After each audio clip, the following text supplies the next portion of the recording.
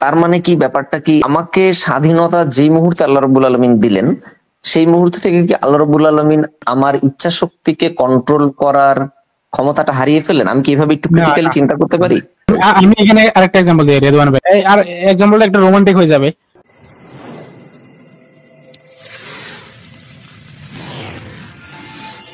আসসালামু আলাইকুম ভাই, ভালো আছেন? ওয়ালাইকুম আসসালাম। হ্যাঁ ভালো আছি আমাকে ভাই। আমাকে শোনা যাচ্ছে? হ্যাঁ শুনতে পাচ্ছি। জি, আলহামদুলিল্লাহ। আমি আসলে অনেক হ্যাপি যে আপনাদের মতো যারা ইসলামের বিভিন্ন বিষয় নিয়ে একটু মেইন স্ট্রিম যে চিন্তা ভাবনা সেগুলো থেকে আলাদা টাইপের চিন্তা ভাবনা করে আমাদের মতো যাদের একটু সংশয় আছে বিভিন্ন প্রশ্ন বা যেগুলোর উত্তর আমরা অন্য যারা ইসলামকে আঘাত করে তাদেরকে দিতে পারি না, সেগুলো নিয়ে কাজ করছেন। এই প্রশ্নের উত্তরটা আমি অনেকদিন ধরে খুঁজছি।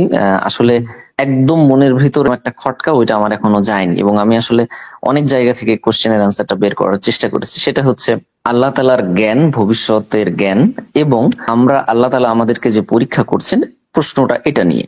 তো এটা নিয়ে আমি বিভিন্ন ব্যাখ্যা শুনেছি। আমরা যে কাজ করছি সেটার জন্য জান্নাত জাহান্নামে যে আমরা যাব, এটার জন্য আমরাই দায়ী, এটার জন্য আল্লাহ রাব্বুল আলামিন দায়ী না। আল্লাহ রাব্বুল আলামিন শুধুমাত্র ভবিষ্যৎটাই জানেন, বাট এটার জন্য শুধুমাত্র আমরাই দায়ী। তো এটার ব্যাখ্যাতে আপনারা একটা অ্যানালজি ব্যবহার করেছেন যে একটা টিচার যদি, পরীক্ষক যদি পরীক্ষা নেন, সেই পরীক্ষায় যদি কোনো ছাত্র ফেল করে সেটার জন্য ছাত্রই দায়ী, সেই পরীক্ষক দায়ী না।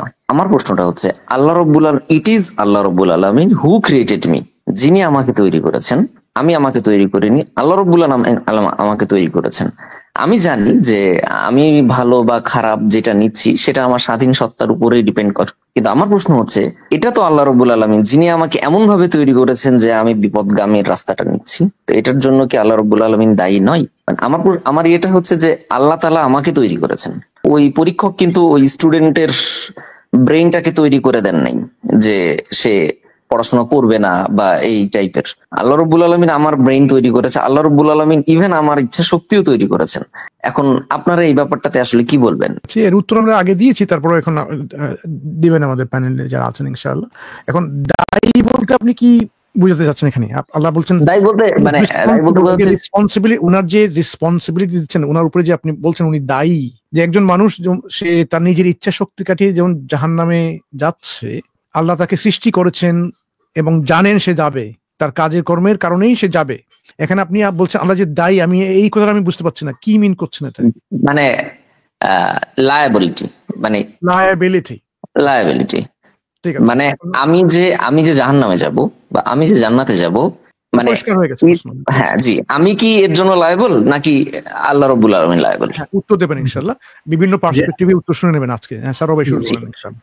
আচ্ছা রিদওয়ান ভাই, আপনি নিজেকে আলাদা মনে করেন আল্লাহ থেকে? আল্লাহ উপলব্ধি করেন নিজে আলাদা? আমি হ্যাঁ আলাদা মনে করি। তার মানে আপনি হচ্ছেন আল্লাহ থেকে সেপারেট, তাই না? আপনার নিজস্ব ইন্ডিভিজুয়ালিটি আছে। রাইট। নিজস্ব ইন্ডিভিজুয়ালিটি মানে আপনি হচ্ছে যে আপনার ব্যক্তিগত কিছু ব্যাপার আছে যেটা আল্লাহ সরাসরি নির্ধারণ করে দিচ্ছেন না, কিছু একটা পয়েন্টে আছে যেটার সঙ্গে আল্লাহ থেকে আপনাকে পৃথক করে, তাই না? কিছু একটা জিনিস আছে। জি। তো তার মধ্যে আপনি যে স্বাধীন বোধ করেন যখন ধরুন যে আপনি কোনো কাজ করছেন বা কিছু করছেন, এই যে স্বাধীন বোধটা করেন, বল অনুভব করেন না, এটা কি আপনি নিজে করেন?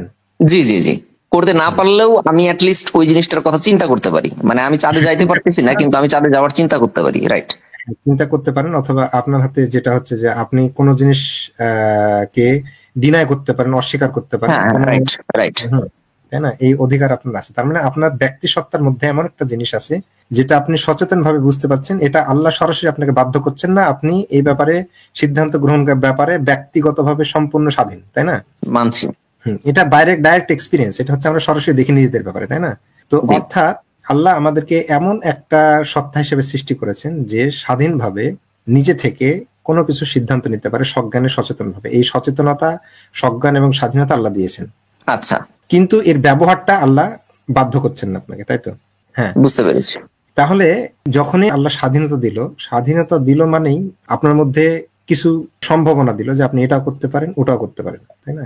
কিন্তু আপনি দুটোই দেখতে পাচ্ছেন যে আমি এটাও করতে পারি, ওটাও করতে পারি। আপনি স্বাভাবিকভাবে বুঝছেন যে এটা করলে খারাপ, এটা করলে ভালো, বুঝলেন? এই জ্ঞান আপনার আছে। আপনি নিজে থেকে এই আপনার নিজস্ব ব্যক্তি সত্তা, এটা আপনি সজ্ঞান আছে আপনার, এবং আপনি এই ব্যাপারে স্বাধীন যে আমি খারাপটা বাদে ভালোটা বেছে নিতে পারি। যদি আল্লাহ স্বাধীনতা দিয়েছে, কিন্তু আল্লাহ আমাকে খারাপটা বাধ্য করছেন না, আমি নিজে থেকে ভালোটা বাঁচতে পারি। তাহলে এই পয়েন্টে এসে আপনি যখন স্বাধীনভাবে একটা সিদ্ধান্ত গ্রহণ করছেন, এখানে কোনোভাবে আল্লাহ আপনাকে বাধ্য করছেন না, এবং আপনি পূর্ণ সচেতন যে আমি এটাকে ভালোর পথে খারাপ পথে যাওয়াটাকে আমি ডিনাই করতে পারি, আমি পূর্ণভাবে সক্ষমতা আমার আছে। তাহলে খারাপ পথে যাওয়ার যে সক্ষমতা এটাও আল্লাহ আপনাকে দিয়েছেন, এই যে খারাপ পথকে ডিনাই করার সক্ষমতা। এখন আল্লাহ শুধু যে স্বাধীনতা দিয়েছে তা না, আল্লাহ খারাপ পথ থেকে বেঁচে থাকা, খারাপ পথকে চিনে সেটা থেকে দূরে থাকার যে স্বাধীনতা, সক্ষমতা সেটাও দিয়েছেন। রেজিলিয়েন্স বা ডিনায়াল, খারাপকে ডিনাই করার যে সক্ষমতা সেটাও দিয়েছেন, সচেতন হিসেবে এটা দিয়েছেন। তার মানে যখন আমরা এই যে সক্ষমতা স্বাধীনতা পেলাম খারাপ জিনিস থেকে দূরে থাকা, তো তাহলে যদি আমি খারাপ জিনিস থেকে দূরে থাকতে পারি স্বাধীনভাবে, আমি ডিনাই করতে পারি খারাপ জিনিসকে, এটা আল্লাহ আমাকে বাধ্য করছেন না, করবেন না। এরপরে আমি যদি সজ্ঞানে সেটা থেকে দূরে না থাকি, সেটাকে প্র্যাকটিস না করি, তার জন্য কে দায়ী থাকবে? এর জন্য এটার জন্য আমি দেই। একদম, সেটা হচ্ছে প্রত্যেকটা মানুষ এরকম। এবার আপনি যেমন এইভাবে বুঝতে পারছেন, এবার প্রত্যেকটা মানুষের পার্সপেক্টিভ থেকে এরকম, তাকে শুধু স্বাধীনতা দেওয়া হয়নি, বরং খারাপকে ডিনাই করার, সেকে সচেতন হওয়ার, সেটাকে সক্ষমতা দেওয়া হয়েছে, তাই না? এই সক্ষমতার উপরই প্রশ্নটা আছে। আচ্ছা ভাই, একটু ইন্টারাপ্ট করি যে আল্লাহ রাব্বুল আলামিন আমাদেরকে স্বাধীনভাবে চিন্তা করার তৌফিক দিয়েছেন এবং স্বাধীনভাবে কাজ করার ক্ষমতা দিয়েছেন, বাছাই করার রাইট। এইটা যে দিয়েছেন, এটার কোনো রেফারেন্স আছে? মানে আমি আসলে জানি না, থাকতে পারে, আমি আসলে জানি না, আমার অজ্ঞতার কারণে। আচ্ছা, আমি আপনাকে একটা লিংক দিয়েছি, আপনি ওটা পড়ে নিয়েন। স্বাধীন, এটা জাস্ট গুগলে সার্চ দিলে হাদিস বিটির একটা হচ্ছে আপনার পুরো সবগুলো আয়াত হাদিস 71 করে একটা লেখাই আছে। আমি ধরে নিচ্ছি যে এটা আছে, বাট আমার প্রশ্নটা ছিল এই জায়গাতে যে তার মানে কি, ব্যাপারটা কি, আমাকে স্বাধীনতা যেই মুহূর্তে আল্লাহ রাব্বুল আলামিন দিলেন, সেই মুহূর্ত থেকে কি আল্লাহ রাব্বুল আলামিন আমাকে আমার ইচ্ছা শক্তিকে কন্ট্রোল করার ক্ষমতাটা হারিয়ে ফেললেন? আমি কি এভাবে একটু ক্রিটিক্যালি চিন্তা করতে পারি? বুঝতে পেরেছি আপনার প্রশ্ন। এখানে হলো, তখন আপনি যে স্বাধীনতা পেলেন, স্বাধীনতাটা পাওয়ার পরে এই স্বাধীনতা যে আপনি না হারিয়ে ফেলেন, এটাও কিন্তু আল্লাহ নিশ্চিত করছেন, এবং আপনি যে ইন্টেনশন করতে যাবেন, মানে আমি যে আবার আমার স্বাধীনতা হারিয়ে ফেলবো না, এটাও আল্লাহ রাব্বুল আলামিন আবার এনশিওর করছেন। হ্যাঁ, তার মানে আপনার স্বাধীনতাটা কিন্তু আল্লাহর উপর নির্ভরশীল থাকছে, কিন্তু স্বাধীনতাটা আপনি এক্সারসাইজ করছেন, কিন্তু স্বাধীনতাটাকে আল্লাহ এনশিওর করছেন। আপনি যখন এক্সারসাইজ করছেন স্বাধীনতাটা, সেটাকে আল্লাহ হস্তক্ষেপ করছেন না, কিন্তু স্বাধীনতার সক্ষমতাটা আপনাকে। তার মানে কি আমি এই কনক্লুসিভে আসতে পারি, আমার স্বাধীনতার উপরে আল্লাহ রাব্বুল আলামিনের কোনো হস্তক্ষেপ নাই? আল্লাহ ইচ্ছা করে ওইটাকে আপনাকে অ্যালাউ করছেন, তার মানে আপনি আল্লাহর ক্ষমতার বাইরে চলে যেতে পারছেন না। এখানে একটা এক্সাম্পল দিচ্ছি ভাই। ধরেন আমি আমার হাতে একটা মোবাইল ফোন আছে, আমি চাইলে মোবাইল ফোনটা ভেঙে ফেলতে পারি ভাই, বুঝছেন? কিন্তু আমি ভাঙতেছি না। তো এখান থেকে কি এটা প্রমাণ হয় যে আমি মোবাইল ফোনটা ভেঙে ফেলার ক্ষমতা হারাই ফেলছি? না, ব্যাপারটা তা না। একইভাবে আল্লাহ তাআলা আপনাকে স্বাধীন ইচ্ছা শক্তি দিচ্ছে, তিনি চাইলে আপনার স্বাধীন ইচ্ছা শক্তিকে তিনি এখনই কি করতে পারেন, নিয়ে নিতে পারেন, এবং একদিন তিনি নিয়ে নেবেন যেদিন আপনার মৃত্যু হবে। তিনি এখন নিচ্ছে না, এর মানে এটা প্রমাণ হয় না যে আল্লাহ তাআলার যে ক্ষমতা সেটা কমে গেছে। আমি আমার প্রশ্নের উত্তর পেয়ে গেছি, ধন্যবাদ, অনেক ধন্যবাদ। আমি বাস্তবায়ন, আপনি যে ইন্টেনশন করলেন, ইচ্ছা করলেই কিন্তু আমরা সেটা বাস্তবায়ন করতে পারবো। বাস্তবে ইচ্ছা করার স্বাধীনতা দিয়েছেন, কিন্তু বাস্তবায়ন, ইচ্ছাটাকে ফলানো, সেটা আমাদের হাতে নাই, তাই কি না? সেটা আল্লাহ নির্ভরশীল, সেটা আল্লাহ শক্তিতে সেটা করতে হবে আমাদেরকে। হ্যাঁ, এটা আমি মানি। আমি পরের একটা ক্রিটিক্যাল কোশ্চেন করতে চাই, সেটা হচ্ছে আমি একটু জটিল ভাবে চিন্তা করেছিলাম। এটা আমি যখন আমার ব্যাচেলার কোর্স করছিলাম, সেই সময় আমি আমার এক মুসলিম ভাইকে কোশ্চেন করেছিলাম, বিগ ব্যাং থেকে যদি মহাবিশ্ব সৃষ্টি হয়, আমার ওই মুসলিম ভাইটা উত্তর দিতেন এইভাবে যে আপনি এইভাবে চিন্তা কেন করেন না যে বিগ ব্যাং থেকে যখন একটা বিস্ফোরণ হলো, তখন সমস্ত পার্টিকেল এদিক ওদিক ছড়িয়ে গেল, সেখান থেকে মহাবিশ্ব একটা প্যাটার্নে আসছে। সো যখনই কোনো একটা প্যাটার্ন আপনি দেখবেন, তখন সেখানে অবশ্যই একটা সুপার ন্যাচারাল কোনো একটা ফোর্স আছে, সেটাকেই আমরা সৃষ্টিকর্তা বলছি। এরকম একটা লজিক আমাকে দাঁড় করায়। এবং আমরা যখন এই ব্যাখ্যাটা করতাম, তখন দেখা যাচ্ছে যে আমি আমার ওই ভাইয়ের সাথে ক্যারাম বোর্ড খেলছিলাম। তো ক্যারাম বোর্ড খেলতে খেলতে উনি এই এক্সাম্পল দেন যে দেখেন, আমি স্ট্রাইকটা মারলাম, এখানে হঠাৎ করে এরকম একটা প্যাটার্ন তৈরি হয়ে গেল, এবং আমি আরেকবার স্ট্রাইক মারবো, বিভিন্ন সময় বিভিন্ন প্যাটার্ন তৈরি হয়ে যাবে। এমন কি হইতে পারে যে আমি একভাবে স্ট্রাইক মারলাম আর একটা ফুল তৈরি হয়ে গেল?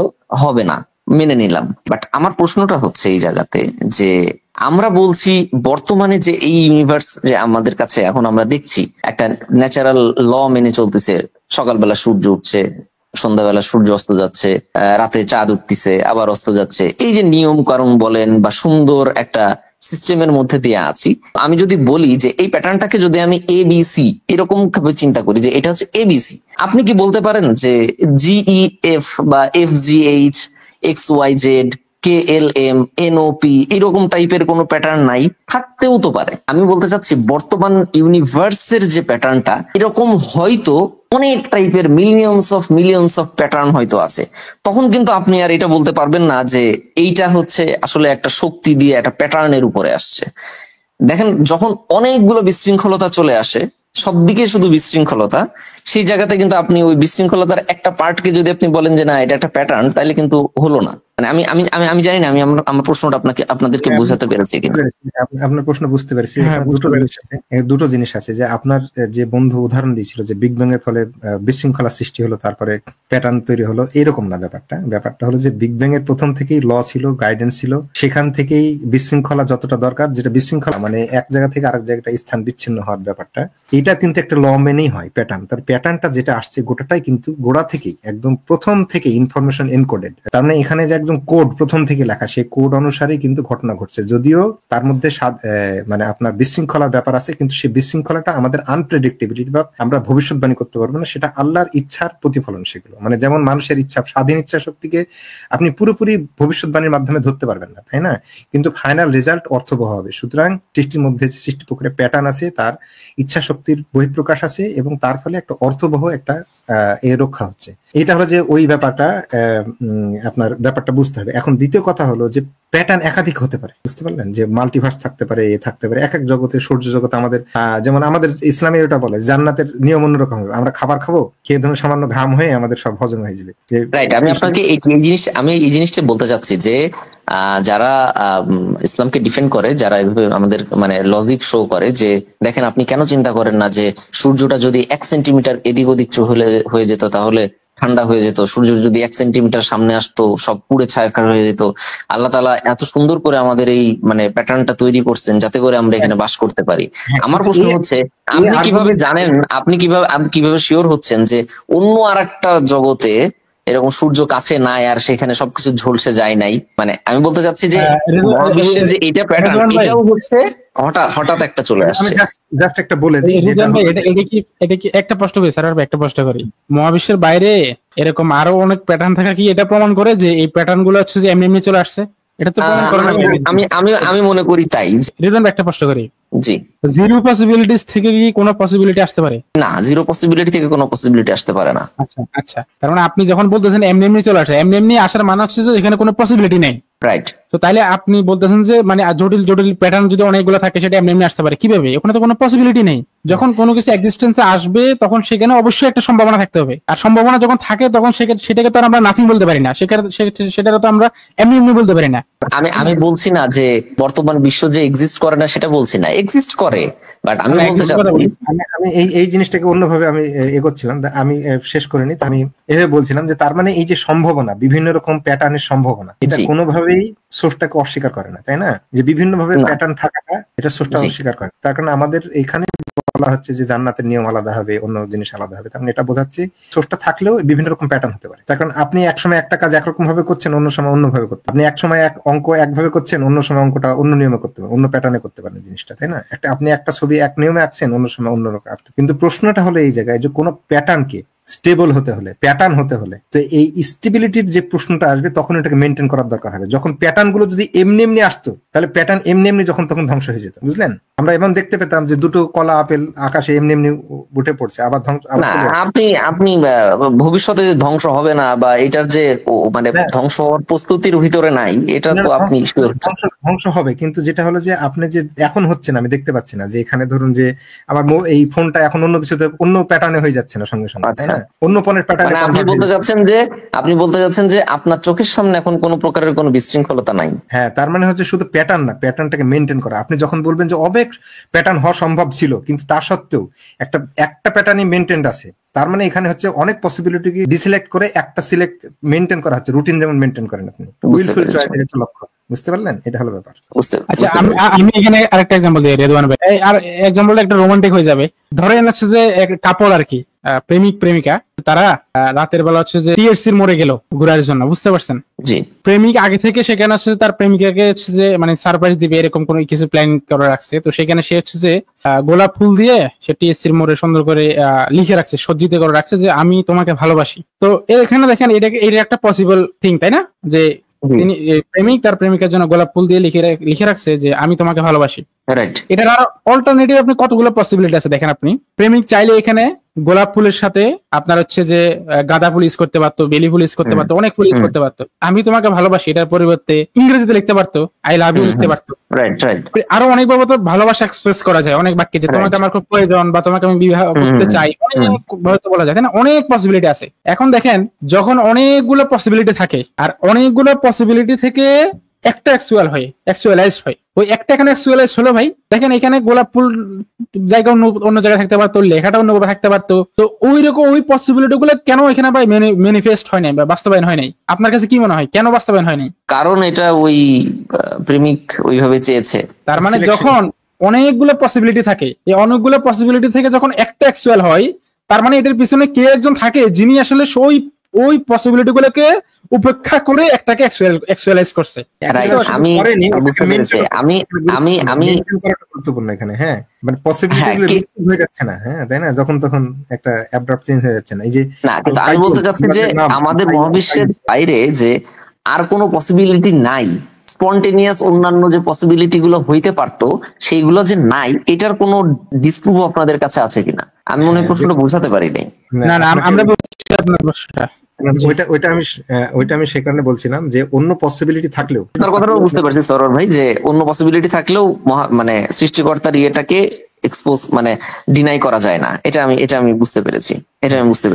এখন ভাই আমি মেইনটেনেন্সের ব্যাপারটা আচ্ছা বুঝতে পেরেছি। এখন ভাই আমি সর্বশেষ একটা কোশ্চেন একটু করতে চাই, সেটা হচ্ছে যে কোনো সংশয়বাদী যদি এইভাবে প্রশ্ন করে যে আমি বিজ্ঞান কোনো কিছু মানি না, আমি বিশ্বাস করি যে বর্তমানে যে ইউনিভার্সটা আছে এই ইউনিভার্সটাই অ্যাকচুয়ালি অনন্তকাল ধরে বিরাজ করতেছে, দেয়ার ইজ নো গড, এটার কি উত্তর হইতে পারে? আমি আপনাদের অন্য কোনো ভিডিও আসলে দেখি নাই, সরি টু সে, যদি একটু এক লাইনে বা দু লাইনে একটু বলেন। একজন মানুষ বলতেছেন যে আমি বিশ্বাস করি বর্তমানে বিশ্ব যেটা আছে বা যা ইউনিভার্স বলেন, মাল্টিভার্স বলেন, যাই বলেন না কেন, এটাই অনন্তকাল ধরে আছে। কারণটা এখানে কয়েকটা জিনিস আছে যে এটাতে হবে একটা আনজাস্টিফাইড অন্ধবিশ্বাসের মতো হয়ে যাবে। এটা এমন ক্লেম বললো, ও বললো যে না ইউনিভার্স এমনি এসছে, ইউনিভার্স এমনি ইটারনাল পর্যন্ত আছে, এরকম হয়ে যাবে। যেভাবে যারা আস্তিক, যারা বলতেছে যে আল্লাহ রাব্বুল আলামিন যিনি স্রষ্টা উনি অনন্তকাল ধরে আছে, সেভাবে যদি আমি বলি যে আল্লাহ রাব্বুল আলামিন বা এই মহাবিশ্বটাই অ্যাকচুয়ালি আল্লাহ রাব্বুল আলামিন, আমি যদি বলি এটা আল্লাহ রাব্বুল আলামিনের যে ক্রাইটেরিয়া গুলো আছে সেই ক্রাইটেরিয়া গুলোই আমার মানে এই মহাবিশ্বের মধ্যে আছে, তাহলে কি আমি কি ভুল, মানে এটাকে কি আপনারা ডিসপ্রুভ করতে পারবেন? ডিসপ্রুভ একটা সিম্পল জিনিস যে আপনি মহাবিশ্ব আর আল্লাহর বৈশিষ্ট্য কি, মহাবিশ্বের বৈশিষ্ট্য, মহাবিশ্বের প্রত্যেকটা যে উপাদান সেটা হলো ধ্বংসশীল। মহাবিশ্বের যে স্পেস টাইম, না কোনো কিছু ধ্বংসশীল না। আমি জানি যে কোনো কিছু ধ্বংস করা যায় না, মহাবিশ্ব সৃষ্টি বা ধ্বংস করা যায় না, এক রূপ থেকে আর এক রূপে পরিবর্তন হয় না।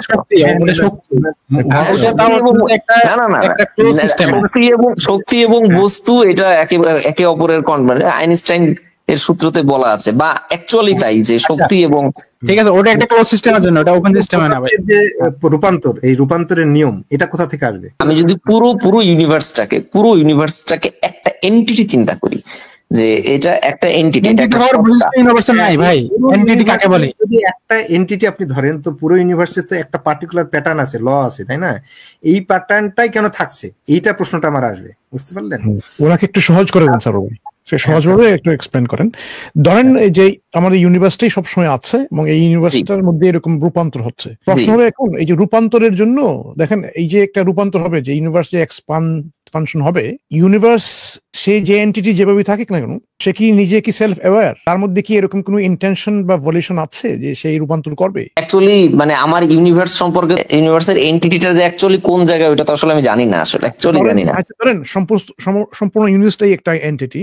এখন একটা এন্টিটি সে যদি নিজে সেলফ অ্যাওয়্যার না হয়, যদি সচেতন না হয়, সে জানে না সে এক্সিস্ট করে কিনা। যেমন একটা উদাহরণ দিচ্ছে, এখানে দেখতে পাচ্ছেন আমার হাতে একটা, এটা এয়ারপোর্টের কেস দিয়ে, সে যদি জানে না সে সচেতন কিনা, সে কি কোনো কিছু করতে পারবে? না, কোনো কিছু করতে পারবে না। জানেন তার মধ্যে এটা কিছু করতে হলে, এটা যদি রোবটিক হয়ে যায়, তার মধ্যে একটা কিছু সচেতনতা বা সেলফ অ্যাওয়ারনেসটা প্রয়োজন হবে। ইউনিভার্স যদি কোনো কিছু রূপান্তর করে, যেমন আগে যেরকম ছিল ইউনিভার্সটা আজকে এরকম নেই, ইউনিভার্সের রূপান্তর হয়ে গেছে, একটা তো রূপান্তর হয়ে গেছে, ট্রান্সফরমেশনটা হয়ে গেছে, আমরা এটা স্বীকার করছি।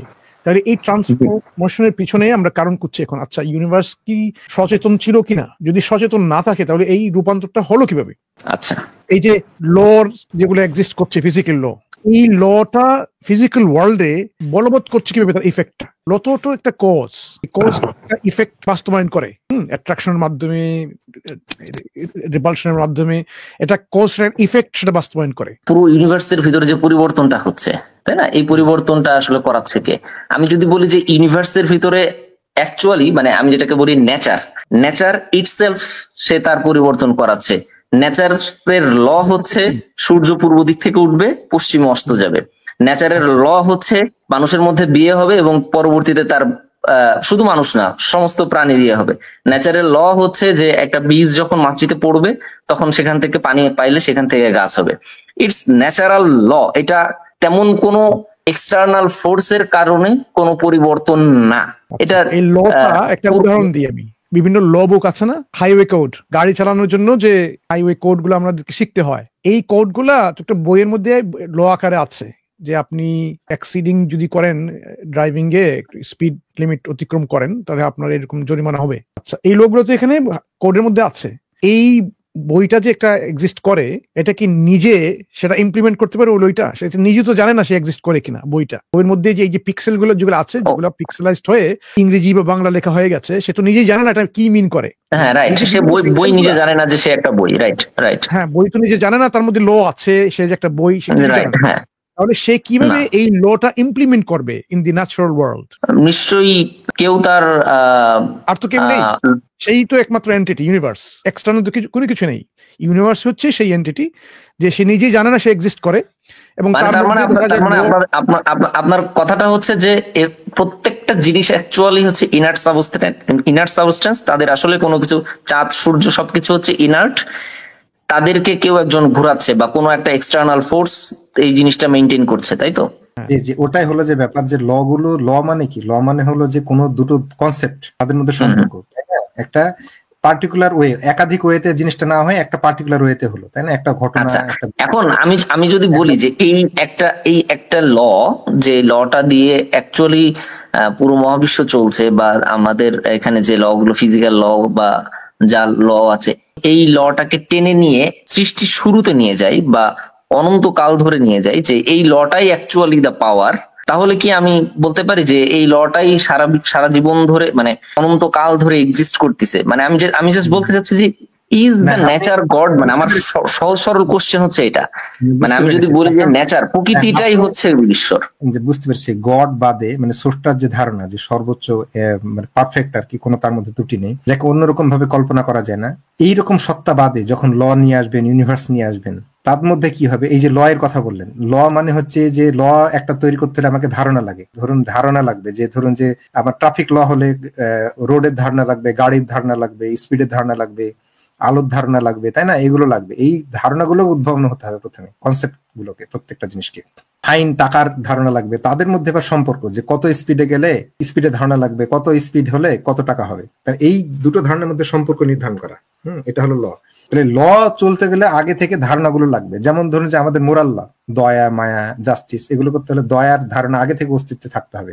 মোরাল জিনিসগুলো আগে থেকে অস্তিত্বের ধারণা থাকতে হবে, তাই না? চেতনার ল, অনুভূতির ল, এই যে অর্থ যেগুলো আমরা বহন করি, তার মানে এই জিনিসগুলো প্রত্যেকটা জিনিসের আলাদা আগে থেকে একটা অস্তিত্ব থাকতে হবে। তারপরে সেইগুলোর একটা বিমূর্ত অবস্থায় একটা এই যে বইয়ে বা কিছুতে একটা ধারণা আকারে, সেটা লিখিত আকারে থাকতে পারে, অথবা ধারণার জগতে একটা থাকতে পারে জিনিসটা, একটা ইনার্ট অবস্থায় বা নির্জীব অবস্থায় থাকতে পারে। দ্বিতীয় কথা হলো যে ল গুলোকে আপনি যেহেতু দুটো জিনিসের মধ্যে সম্পর্ক তৈরি করছেন, যেমন ধরে বলে যে এত স্পিডে গেলে এত টাকা ফাইন, এইটা অন্যরকম হতে পারতো, যে এত স্পিডে গেলে এই 70 পাউন্ড ফাইন না হয়ে 80 পাউন্ড ফাইন হতে পারতো। তার মানে ল গুলো বিভিন্ন রকম হতে পারতো। ল গুলো বিভিন্ন রকম হতে পারতো, আমি বিভিন্ন রকম ভাবে কল্পনা করতে হবে। অ্যাবস্ট্রাক্ট ওয়ার্ল্ডে ল মানে অ্যাবস্ট্রাক্ট একটা কনসেপ্ট, তাই না? তো সেই জগতে আমি ল গুলোকে বিভিন্ন ভাবে ধারণা করতে পারি, কল্পনা করতে পারি। তাহলে যৌক্তিক ভাবে আমাকে কোনো জিনিস বাধা দেবে না যে ল গুলো আমার অন্যরকম কেন হতে পারবে না। ধারণার জগতে কোনো জিনিস আমাকে বাধা দিতে পারবে না। কোনো যৌক্তিক কোনো লয়, কোনো প্রিন্সিপাল আমার কাছে নেই যেটা বলবে যে ল গুলো অন্যরকম হতে পারতো না। যদি আমি বলতাম যে না, কোন একটা প্রিন্সিপাল আছে যে সেটা ল গুলোকে অন্যরকম হতে দেবে না, তাহলে সেই প্রিন্সিপালটাকে আমাকে ব্যাখ্যা করতে হবে যে ওটা কেন ওই প্রিন্সিপালটা অস্তিত্ব আছে। তো সেই জন্য ল মানে একাধিক রকম জিনিস হতে পারে, এবং একাধিক না হয়ে আমরা যখন দেখছি ল একটা প্যাটার্ন 80 পাউন্ড না হয়ে 70 পাউন্ডে আছে, যদি আমরা যুক্তিগতভাবে বুঝতে পারছি যে এটা অন্যরকম হতে পারত, এবং অন্যরকম হতে পারতো শুধু না, বরং এক সময় 70 পাউন্ড, অন্য সময় 80 পাউন্ড, এক সময় 70 পাউন্ড, এক সময় 90 পাউন্ড, এরকম হতে পারত। এইরকম হলে লোকালি গ্লোবালি সব জায়গায় এই পরিবর্তন আমার সময় স্থানে বা অন্য কিছুতে এরকম একটা অসামঞ্জস্য নন ইউনিফর্মিটি আমার থাকতে পারত। কিন্তু তারপরেও যখন ইউনিফর্মিটি একটা আসে, তখন তার মানে বুঝতে হবে যে ওই যে সম্ভাবনা যেটা আমরা যৌক্তিকভাবে আমরা কল্পনা করতে পারছি, সেই সম্ভাবনাগুলোকে কিন্তু কনস্ট্যান্টলি রিমুভ করা হচ্ছে। ওই যে মেইনটেন্যান্সের কথা আমি বললাম, তাই না? তার মানে শুধুমাত্র লয়ের ধারণাতেই সূক্ষ্মভাবে কিন্তু যে আমরা যে দেখছি সচেতন ভাবে একটা উইলফুলি একটা চয়েসের ব্যাপার আছে, সেটাকে কিন্তু আমরা বুঝতে পারছি, যৌক্তিক বিশ্লেষণ আমরা পেয়ে যাচ্ছি। এইটাকে কিন্তু ডিনাই করার কোনো উপায় নেই। যখন আমি ডিনাই করে বলতে পারবো না ল এইরকমই, তখন আমি জোর করে চাপলাম যে অন্য সম্ভাবনাগুলো থেকে কেন এটা আলাদা হলো। আমি একটা তখনই এক্সটার্নাল একটা ফোর্সের ইয়েটা চলে আসে। মানে আপনি এখানে জোর করছেন জিনিসটা।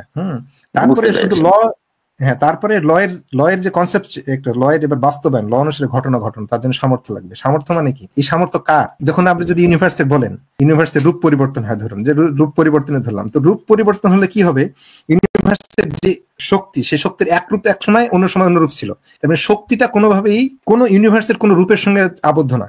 শক্তিটা যেমন একটা সামর্থ্য, ইউনিভার্সের রূপ থেকে নিরপেক্ষ একটা শক্তি, এটা একটা। যেমন ধরুন যে আমি একটা জিনিস বলি যে জলকে ধরুন যে বরফ অবস্থায় থাকতে পারে, জল তরল অবস্থায় থাকতে পারে। জলকে যখন আপনি তাপ দিয়ে বরফ থেকে জলে পরিণত করছেন, তখন কিন্তু জলের রূপের যে পরিবর্তন হচ্ছে, রূপের পরিবর্তন জলের হচ্ছে, কিন্তু তাপটা কিন্তু বাইরের একটা জিনিস। আমি বুঝতে পেরেছি আপনার পয়েন্ট, আমি বুঝতে পেরেছি। জি জি জি ভাই, থ্যাংক ইউ, ধন্যবাদ। আমার তাহলে কারণ সেটাকে বাইরে হতে হবে বেসিক্যালি। হ্যাঁ, বুঝতে পেরেছি।